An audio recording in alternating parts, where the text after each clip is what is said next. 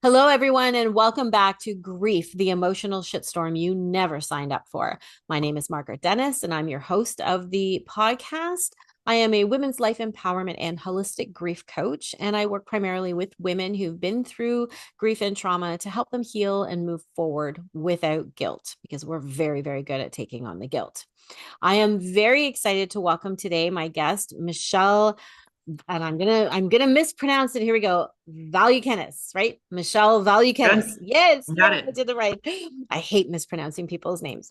So we have Michelle here today, and she is the founder of the Colette Louise Tisdahl Foundation, and we're going to let her explain a little bit more about that with you today. And our topic is going to be geared around infertility, miscarriage, and the loss surrounding that. So before we get started, Michelle, I'm just going to read everyone your bio so that they have an idea of who you are and why you're here, and just sort of put everything into context before we dive in. Is that okay? Sounds great. Excellent. Okay, so Michelle Valiukenas, oh, there, see, I said it, is a passionate advocate, storyteller, and the founder and executive director of the Colette Louise Tisdahl Foundation, a national nonprofit supporting families through high risk pregnancies, NICU stays, premature birth, and loss. Michelle founded the organization with her husband in honor of their daughter, Colette, who died at 9 days old. Since 2018, the foundation has provided financial assistance to over 3,200 families across the U.S. She considers motherhood her most sacred and rewarding role and is a proud mom to three children, two angel babies, Colette and Sweet Pea, and her rainbow baby, Elliot, who starts kindergarten in the fall and is also CLTF's director of hugs. Oh, I love that. That's amazing. Known as the Taboo Topics Lady, Michelle speaks and writes openly about infertility, loss, maternal health, trauma, and grief. With a background in law and advocacy and personal experience navigating the complexities of parenthood, she brings honesty, heart, and a drive for change to all that she does. Michelle's driving force is her children and her desire for a world in which every choice, person, and family is safe, supported, and empowered. Welcome, Michelle. Thank you Thank you. so much for agreeing to be on the podcast No, this is today. great. And especially once you told me the title of it, I thought that was such a great title of the shitstorm that nobody It, expects. oh, and it really is too. Like we really have no idea what to expect when grief hits us, right? No. And it is a shitstorm. It Right. really, really is. Yeah. No matter what grief you're going through, it's there. Yeah. So, yeah, well, let's dive in. I was hoping that you could share the story behind the creation of the Colette Louise Tisdale Foundation and all the work that you do, because I'm Yeah. just absolutely in awe of what you do. Please share. Yeah.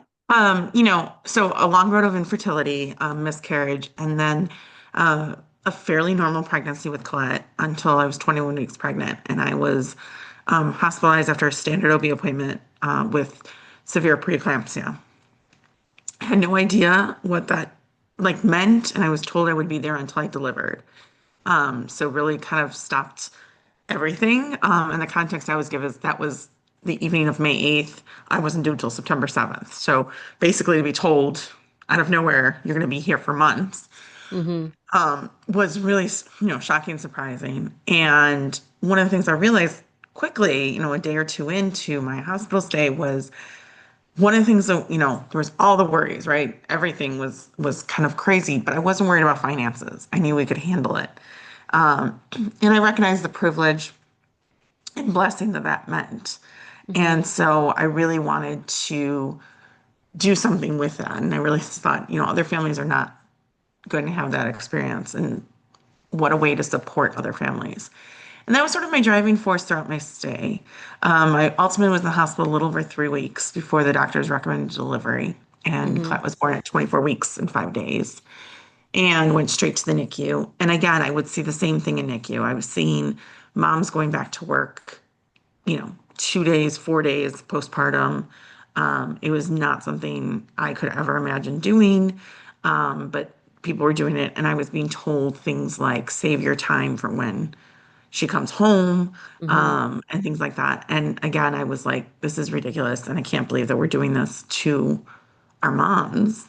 Mm-hmm. And then after we lost her again, a lot of expenses that are paid for, and that just kept coming back to me. And when I, really thought about it and said I want to do something with this, I didn't really intend at first to start my own organization. I really thought somebody else is doing this, and I will help out in some way. Mm-hmm. Um, and really found people weren't doing it. It was very, you had to live in certain, geographic regions, you had to be at certain hospitals, and there was very like a cookie cutter approach. So, we give X amount to every family or, things like that.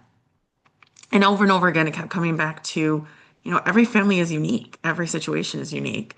And yes, there's this common thread throughout all of this of trauma and grief, um, but everyone's different. And so, really started talking to people, and ultimately it was like, I think the universe is pushing me to do this. And so, we launched in September of 2018 on Colette's due date, and just really with the goal of helping families financially in those kind of three stages and in an effort to remove the obstacles to care and so that they could be as active and as focused on their personal health or their families and or their family's health.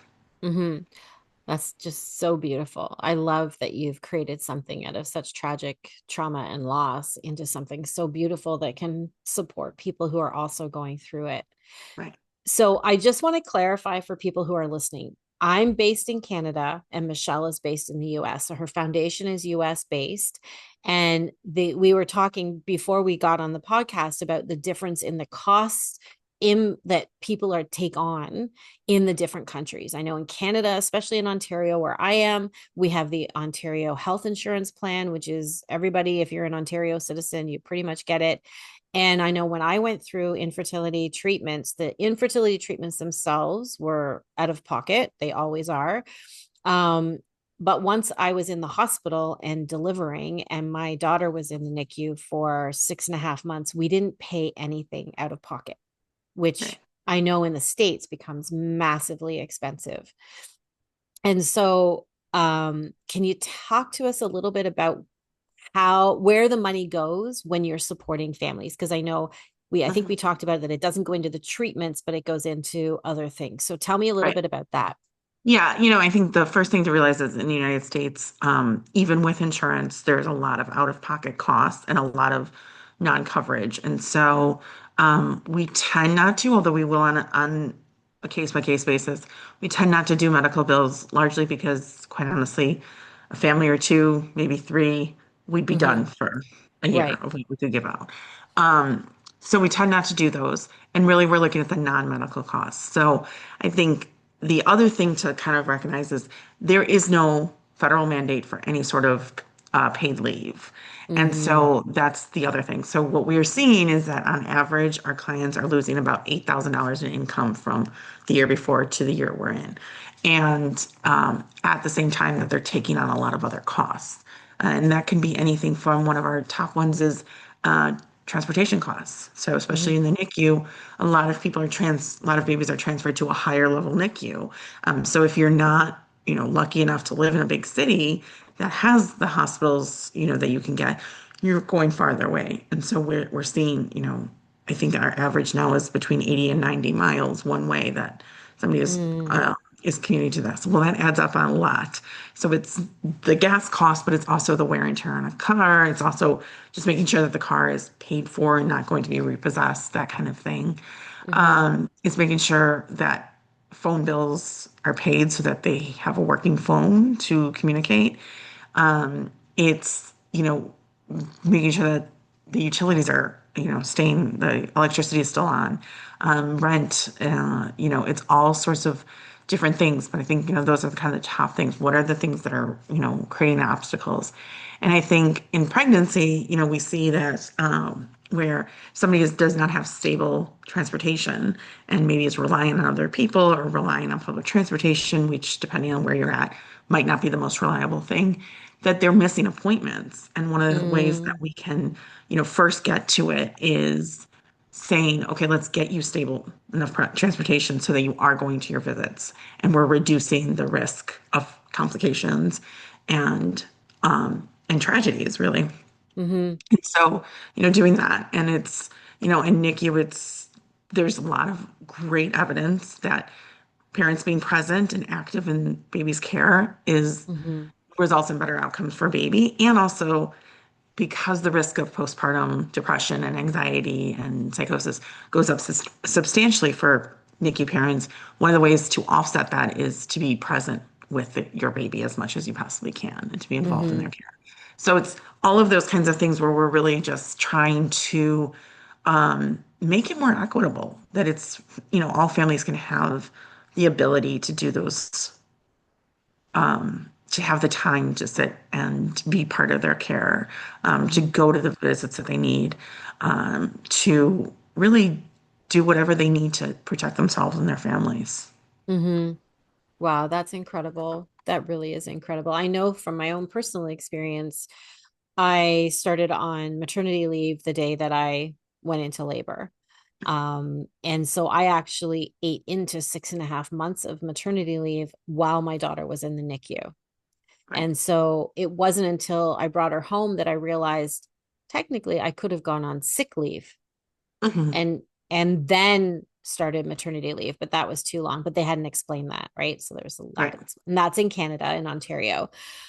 But I was that mom who was there every day.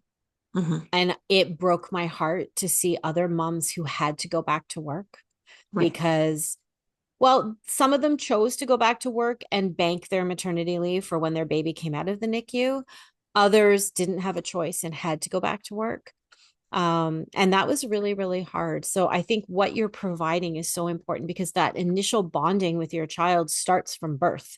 It doesn't Right. matter if they're born 3 months early, they're still there and they still feel your presence and your energy and they're building that bond with you. And it's so, so important that we're there. Right. Yeah, so thank you for that. So I know we're going to go through some questions. I just have another one, so I'm going to write down this one. How do people so I can ask that at the end. Um so you often refer to yourself as the taboo topics lady. So what does that mean to you and why is breaking those silences so important to you? Yeah. So I call myself that way because I think I'm talking about topics that make people uncomfortable, right? So Mhm. Mhm. infertility, what that means, um, loss and grief, and then also, you know, I know that there are contingents of people who would rather me shut up and never talk about Colette again. Mhm. And so saying that and very, very much incorporating her into my life, into our family, to everything, is really important. And I know it makes people uncomfortable.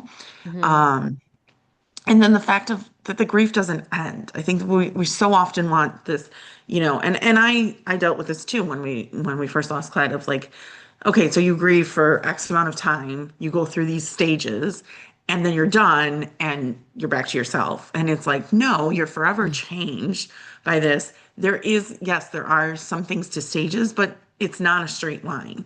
No. And so it's often, and it's talking about how the waves come and go. And I think that that's really important. So talking about that, really talking about the aspect of, political decisions that are made Mhm. regarding reproductive rights have a wide span of effects and what that looks like and what that means. All of those things, I think people don't want to talk about. They're uncomfortable about it. And for me, I think, really two things. I think going through this, and I'm sure you can attest to this as well, is, Mhm. it's so isolating because we're not talking about it. So you think you are the only person in the world who has ever had these experiences. And the truth is, you're far from it. Mhm. But it's really hard to live in that world and understand that you are not the only one. And so some of it is to help others not feel that isolation.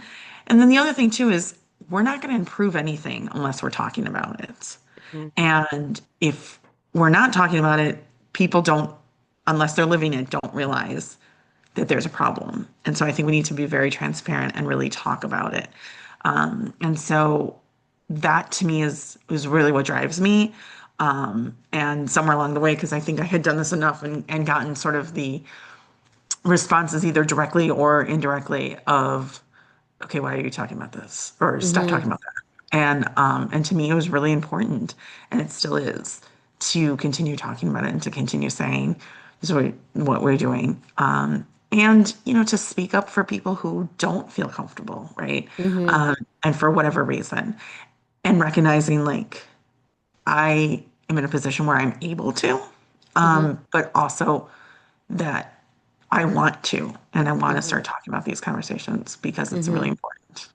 It really, really is. And I can 100% relate because I am such a big advocate of getting grief on the table, no matter what kind of grief it is.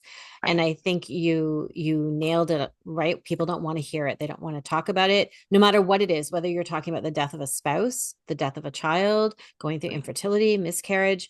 I'll be honest, I was very naive about what infertility was all about until I was going through it. And I didn't realize how many women go through infertility until we were part of that club, right? Mhm. The fact that you couldn't get into a clinic the next week, you had to wait 6 months to get in, was like a first telltale sign that it's very prevalent. And within that, we really don't talk about the grief that comes along with Mhm. infertility, miscarriage, and child loss, and all these invisible losses, right? And so there's so many layers. We have Right. the loss of becoming a mom the way we thought it would be, the loss of our privacy because we're this open book with all the doctors and we're being poked and prodded and we're tracking everything and everything has to be out in the open, and we lose that sense of privacy. And I know one of the things for me that I really missed was having that little secret when you get pregnant and nobody knows that you're pregnant. And then 3 months later, you get to it, yay, we're pregnant, right? Everybody knew. And it's partly because we chose to tell them, but it Right. was one of those things. We've been going through it for 6 years and people had seen us going through the cycles and there were lots of losses. And so when I was finally pregnant, I didn't get that joy of being able to keep Mhm. it to myself, right? Right. First of all, the nurse knew and the doctors knew and then everybody else seemed to know. And then it was like you were being watched because then you're scared because what if it doesn't take? What if it doesn't, what happens? And you're constantly on edge worrying about what's going to happen next and you really don't trust it. Right. There's that sense of you've been through the loss so many times or things haven't worked in the procedures that you've gone through to get pregnant, that when you do finally get pregnant, there's that fear of getting excited Right. and that fear of what's going to happen. And so we're grieving constantly along this journey. So many different layers, so many different losses, and then not being able, when your child is born early and they're in the NICU. I couldn't hold my daughter for the first 3 weeks Right. because she was so little and so tiny and it just wasn't feasible for her. And for you, the same thing, right? Going into the NICU and you've got your child is there, and it's like, how do we, like, the hardest thing we ever did was leave the hospital with our daughter still there. Mhm. Yeah. And that I think was, I'm trying to remember because I had twins and my daughter was stable, my son was not, and he passed 3 days after they were born. And I'm not sure if I was in the hospital up until that point or I'd gone home the day before. I think I'd gone home the day before and then came back and then he passed that day. And it was the weirdest feeling to Right. leave the hospital, right? Like grief abounds in all of this, and we don't talk about it. We don't Right. talk about it. And when you're going to work, right? You're going back to work, you've been through a miscarriage, or you're going through infertility treatment, and you're still at work while you're taking the injections and you're going to the hospital and they're going to the appointments. If your colleagues really don't understand and you haven't shared it, because it is a very private thing too, if things don't work out, that's going to impact you at work. Right. Hmm. It's going to impact you at home. It's going to impact you with your social circle. We tend to pull into ourselves and really focus. But tell me a little bit more about what that grief journey was like for you. Yeah, I mean, it's so, you know, it's a lot of ups and downs. It's a lot of, I was just talking to a friend yesterday about really where you learn, I think we're all sort of raised with this belief of like when you're happy, and when you're sad, and when you're, all of this. And you start to learn to realize like emotions are very complex and they can exist together. And so, Mhm. I happen to have two friends that were pregnant. We were all pregnant about the same time, and I'll pretty much do within like a month to 2 months of each other. And when my one friend had her baby, and kudos to a lot of people in my life who were very sensitive and very understanding about it, she reached out and she said, I don't want you to hear it any other way. Like, this is what happened. She didn't attach a picture. She said, when you're ready, whatever, and told me. And she said, please, you do not have to respond to this. I just wanted you to know from me and not this. And I'm very grateful that that's the stuff I was getting. But I just remember being really mad because she had Mhm. been a friend who had not known if she wanted kids. Mhm. And, you know, all of a sudden she had a baby and I didn't. Mhm. And I remember being very mad and very sad about everything. And being with my mom who said, well, you have to be happy for her. And really Mhm. having this realization of, and this was only a couple months after that had died, this realization of like, A, when I'm feeling this, that didn't mean that I wasn't happy for her. Mhm. And B, you don't have to be any emotion at any point. No. And I think that was to me, and it still is the greatest part of the journey of realizing, you can be in these situations. And I think about this now with my son, you know, at his preschool graduation at the end, I was really emotional because Mhm. yes, and of course I was emotional the way parents are just because, their kids are Yeah. growing up and all of that. But it was also like the idea of like, we should have gotten to do this at least once more. Mhm. And we're not getting to do this. And realizing like that stage of, birth to five-ish, um, is over and we're not going to experience that again. And Mhm. there's sadness in that. And I think, Mhm. so it was like, yes, I was thrilled, you know, he was so sweet. It was so much fun to see him and all of that. But there's also sadness behind it. And I think Mhm. that's really what I find is the hardest thing is that there's mixed emotions kind of all Mhm. the time, with everything. And I think also that grief is exhausting. When you are always grieving, it takes a lot from you, mentally and physically. And Mhm. so, trying to sort of navigate that, I think is an additional burden that isn't easy to be No. at.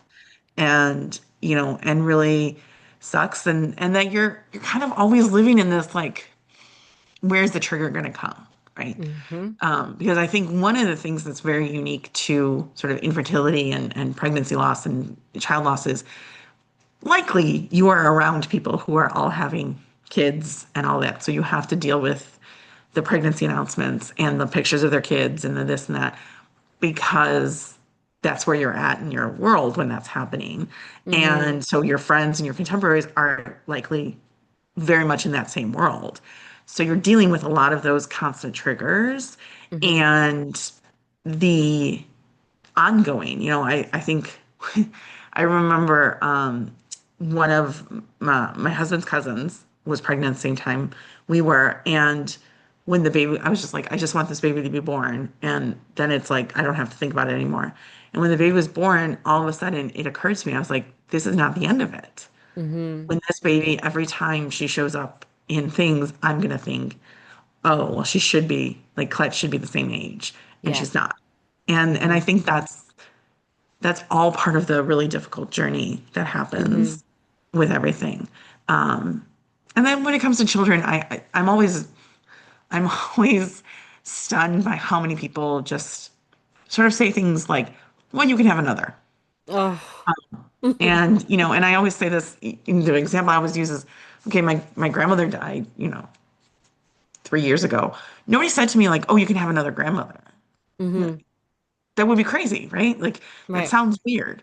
And yet we got that all the time Mhm. of, well, you can have another, or, at least you weren't that far along, or, Oh. things like that.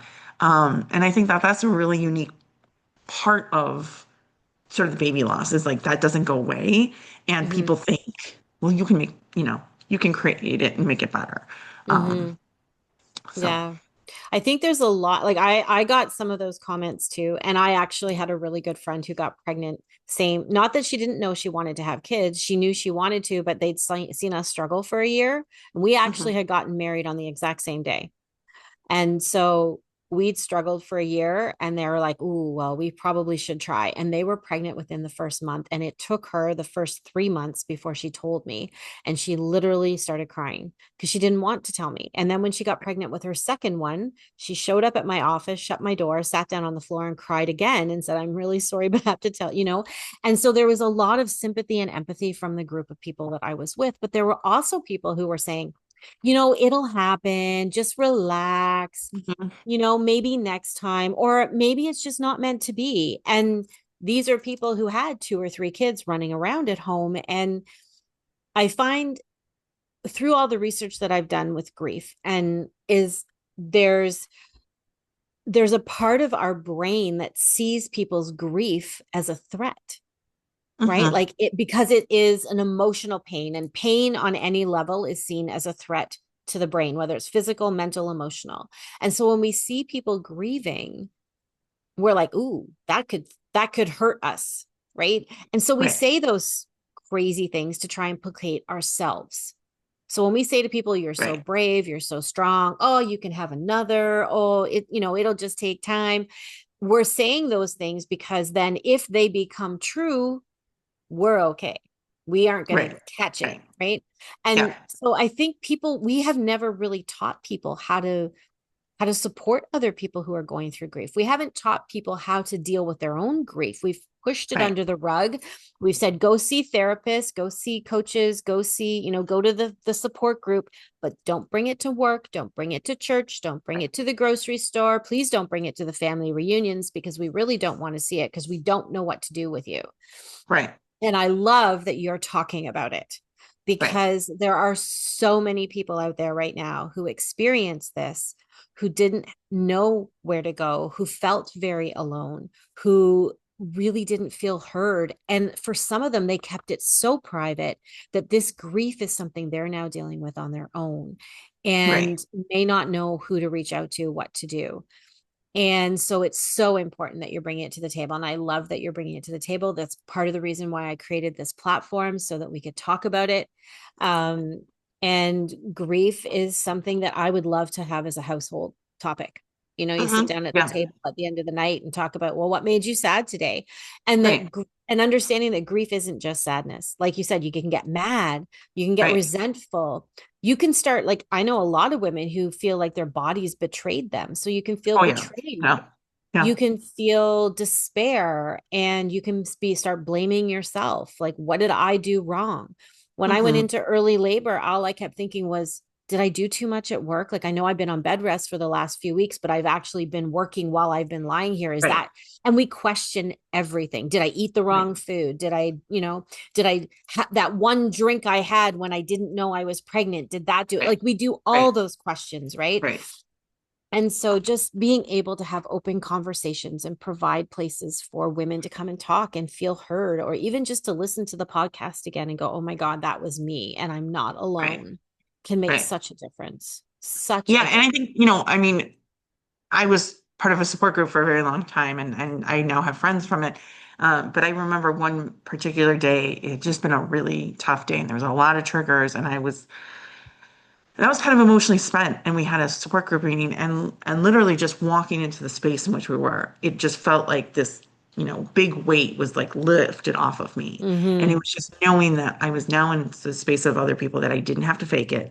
I didn't have to deal with people being like, "Oh, I'm uncomfortable because you're speaking about this." I didn't have to deal with that. Mm-hmm. And I could just totally be myself. And I had people around me who got it. And, Yeah.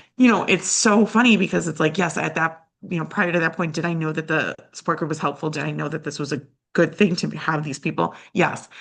But it was like really, sent home to me of like, oh, I really need this group Mm-hmm. because it's so dismissed and swept under the rug. And Mm-hmm. there's so much fear, like you said, there's so much fear of like, oh, I'm going to catch it, right? Mm-hmm. Um, Yeah. and so we don't want to talk to, people who are pregnant currently because, we don't want to talk and bring in that mojo. And you're like, Mm-hmm. well, it's still there, right? Regardless of whether we're talking about it. all the risks are still there.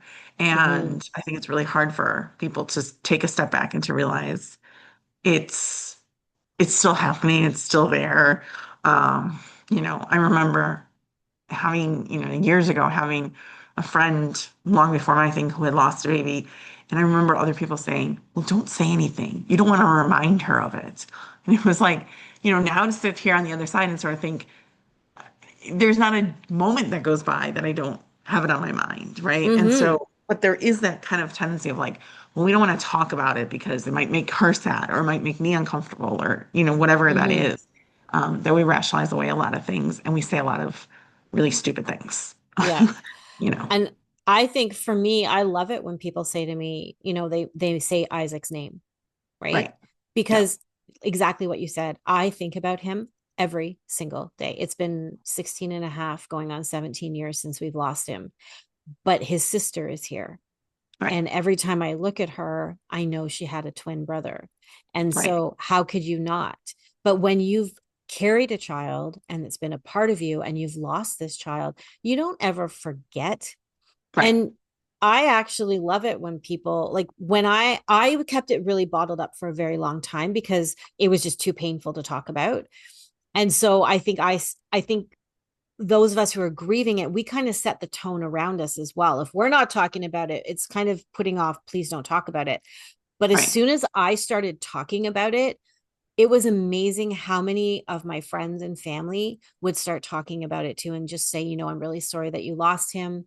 And they would say his name. And it was something that all of a sudden it became safe for us to speak about his loss. Right. Um, and same with going through infertility. Like I talked to a few people, but I really didn't want to share it with a whole bunch of people because it was just too hard to talk about. Right. And I love what you brought up about the support groups because I think I didn't go to a support group or a bereavement group after I lost Isaac. It wasn't me. I couldn't do it. But I know of so many people who have found so much value in going. And what I always recommend to people is find what works for you. If it's a Right. therapist one-on-one, if it's a coach one-on-one, if it's, your best friend who, you go away for the weekend, you're just able to unload, if it's a family member or it's a support group, but try out a few things. Like if one thing doesn't work, don't say, oh, that's it. I don't have anything. Try a few things because what may Right. work for you, Michelle, may not work for me. And what may work for somebody else may not work for you. And so it's really honoring what you need and giving yourself so much compassion to say, okay, what do I need? What's going to help me? And Right. maybe what helps you in the beginning will change later on and you need different support later on. Absolutely. And Yeah. so it's just being Yeah. open to that procedure and being open to that process and really removing the idea of a timeline and saying, oh, Right. in 6 months, I'm going to feel better. Well, you may not feel better. And then you don't want to judge yourself that you haven't met this imaginary timeline that you've Right. imposed on yourself. Or that you do feel better in 6 months, and then in 8 months, you feel like you've gone backwards. And it's like, no, Right. you haven't. It's just, No. maybe that came up to an anniversary. Maybe it was a time of year. Maybe it was Mm-hmm. just something, other things that were happening. Mm-hmm. It's natural, brain stuff of you were just, doing stuff and you went, and so I think that's really important. And I think, like you said, I mean, it's all my advice that I always give to people who are grieving. And I have a friend who lost her partner recently, and Mm. I said to her, I said, this is always my advice: grieve however the fuck you need to grieve, and Exactly. um, Exactly. and I said, and that's going to look different today than it is going to be in 2 months, in 6 months, in a year. And that's okay. Like you do Mm-hmm. whatever you need to do this. And I was like, with the rare exception of like, obviously, you want people around you who are gonna pay attention if you're engaging in behavior that's harmful to yourself or to Mm-hmm. other people. But other than that, do whatever you need to do and Mm-hmm. adjust that as you need to do it. And so, just sort of figuring that out. What's helpful right now? And when Mm-hmm. it's not helpful, let's change it. And what does Mm-hmm. that look like? And so that's, I think, what we need to really be sending that message is that, whatever it is that a person needs at that point, Mm-hmm. let them do it Yeah. and, do that and then let them change it when that doesn't work for them anymore. Mm-hmm. Uh, because that's really, I think the biggest, to me, that's the biggest gift we could give to Yep. grievers is to just Yep. say, okay, what do you need now? Or, okay, I got your back on whatever you need. Mm-hmm. Those kinds of things, because I think it's important. Oh, it really, really is important. 100%. I love how you phrased all that too, is to just tell people, grieve how you want to. Right. And also, one of the things, like along that same line, what I do a lot with my clients is when they come in, a lot of them feel guilty for how they feel. So it's really just giving them permission to Right. feel. So Yeah. along that same lines, grieve however the fuck you want.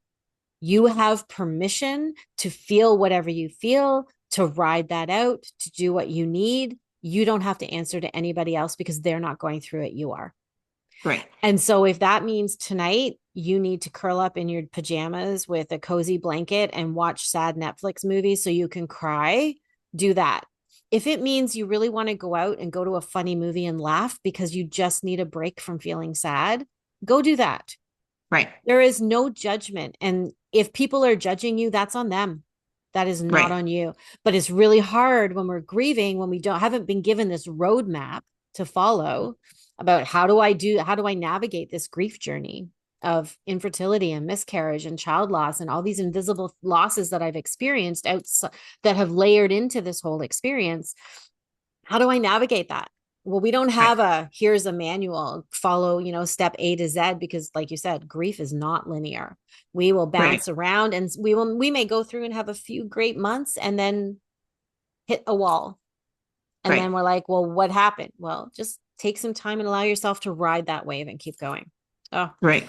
Yeah. so Yeah. important. And So I think it's important. great. We know, right? I mean, I think everybody can probably say, to show up for a funeral, to show up for the memorial, like, that those steps. But then that ends. And it didn't Mm-hmm. refunds or anything like that. It's like, how do you show up after that? Right. Mm-hmm. And so I think that that's something we've learned as a society, like, okay, well, somebody close to you who has somebody die, like you show up to a funeral, you show up to a memorial, you show up to a Mm-hmm. celebration of life, and you do that. Okay, well, And that's then what? the first step of everything. So what Exactly. are you doing? And I think that's really important. So, Mm-hmm. I tell people, like, especially in the day of technology, like put into a calendar when somebody's birthday is. Mm-hmm. Put into a calendar when this is happening and just then follow up and just, send a quick text, send a card, whatever it may be, Mm-hmm. because it means something. And Mm-hmm. I think every year, and I'm sure you notice this, every year as the years go on, less and less people do that reach out. Mm-hmm. And Yeah, so if you kind of just have that as like a recurring event in the calendar and you're continuing to do it, it makes an impact. it really does. It And does. Yeah. that's something to, also be aware of. Mm-hmm. Mm-hmm.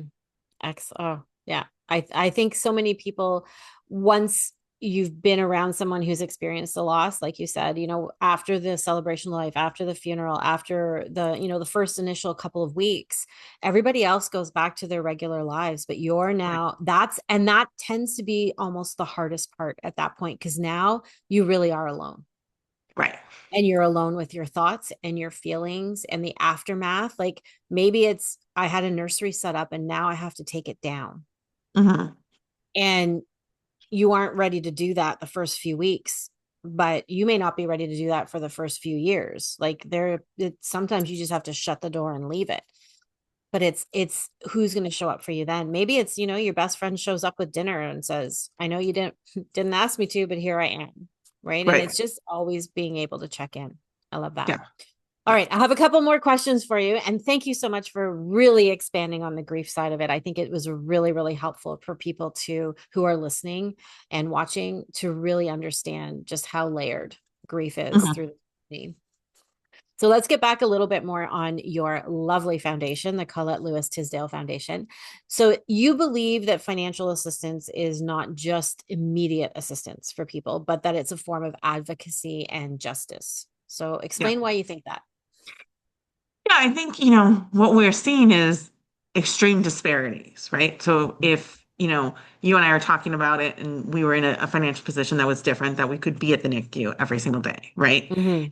And so for me, I see it as the advocacy and the justice of removing some of those obstacles. And so Mm-hmm. saying that, even though you may not be in a certain financial bracket or be in a certain position, that we're trying to remove some of those obstacles and get the justice so that you have some, eventually some equality and some equity in what the experiences that you get to have as a Mm-hmm. parent, but also just that we're not saying only these people can do this and these people can't. That we're just trying to kind of equalize as much as we possibly can. And I think that Mm-hmm. that's where I see it as really a form of advocacy and justice is to say, it's really easy to stand up and say, well, everybody's allowed to come into the NICU for, all these hours. And it's another thing to step back and say, but are they able to? Like, Mm-hmm. and do they have the resources to do so? And that's, I think, really a very powerful difference of saying, oh, this group of people doesn't have this access, and how can we help them get it?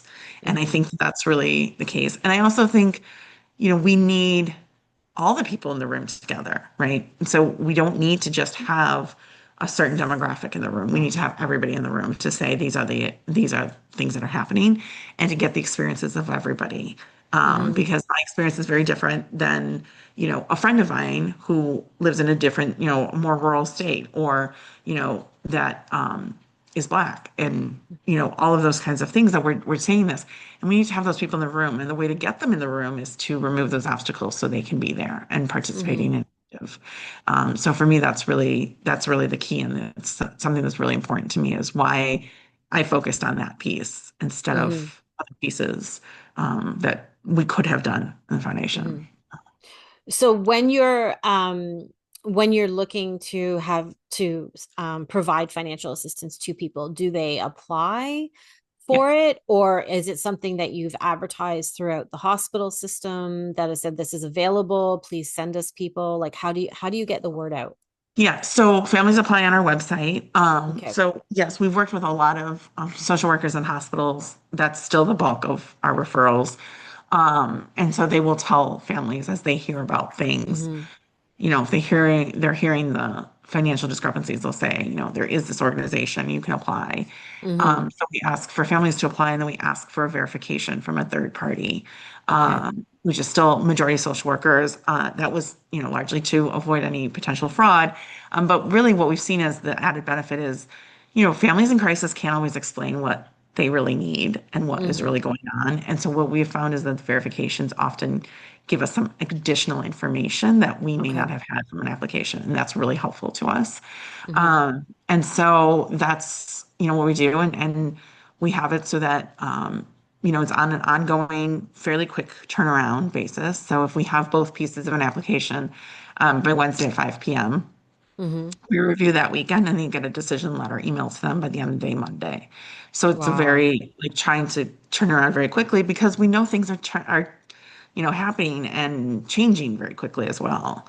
And so Mm-hmm. we wanted to address those, and not have a long wait list in which, and even with that short amount of time, we've had cases that have completely turned even in that short amount of time. Mm-hmm. So, waiting, weeks is not really an option for families. Mm-hmm. I love that you've got such a quick turnaround time because families do need the money right then in the moment, right? They don't, Right, there's so many places where they have to wait months and months to get financial support. And you're right, they need it right then in that moment. So right. amazing, amazing process. So, one last question before we start wrapping up is what can people do to support your work today? Yeah. I think really, so we give away $6,000 a week. That is based on our donations. And so we Mm-hmm. are always looking for more donations.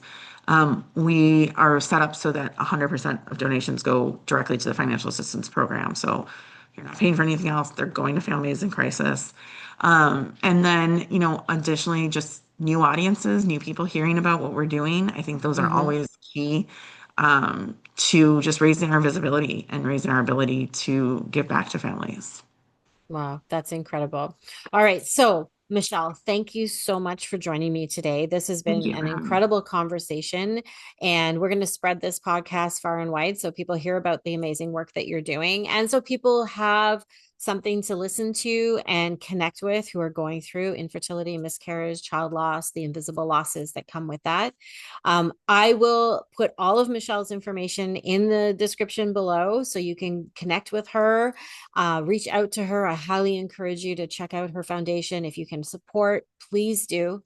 And yeah, Michelle, thank you so much for being here today. Yeah, thank you for Really, having really me. I really appreciate appreciate it. Oh, I really, really appreciate it. All right, everyone. Thank you so much for joining us today. And stay tuned for the next episode of Grief, the Emotional Shitstorm You Never Signed Up For.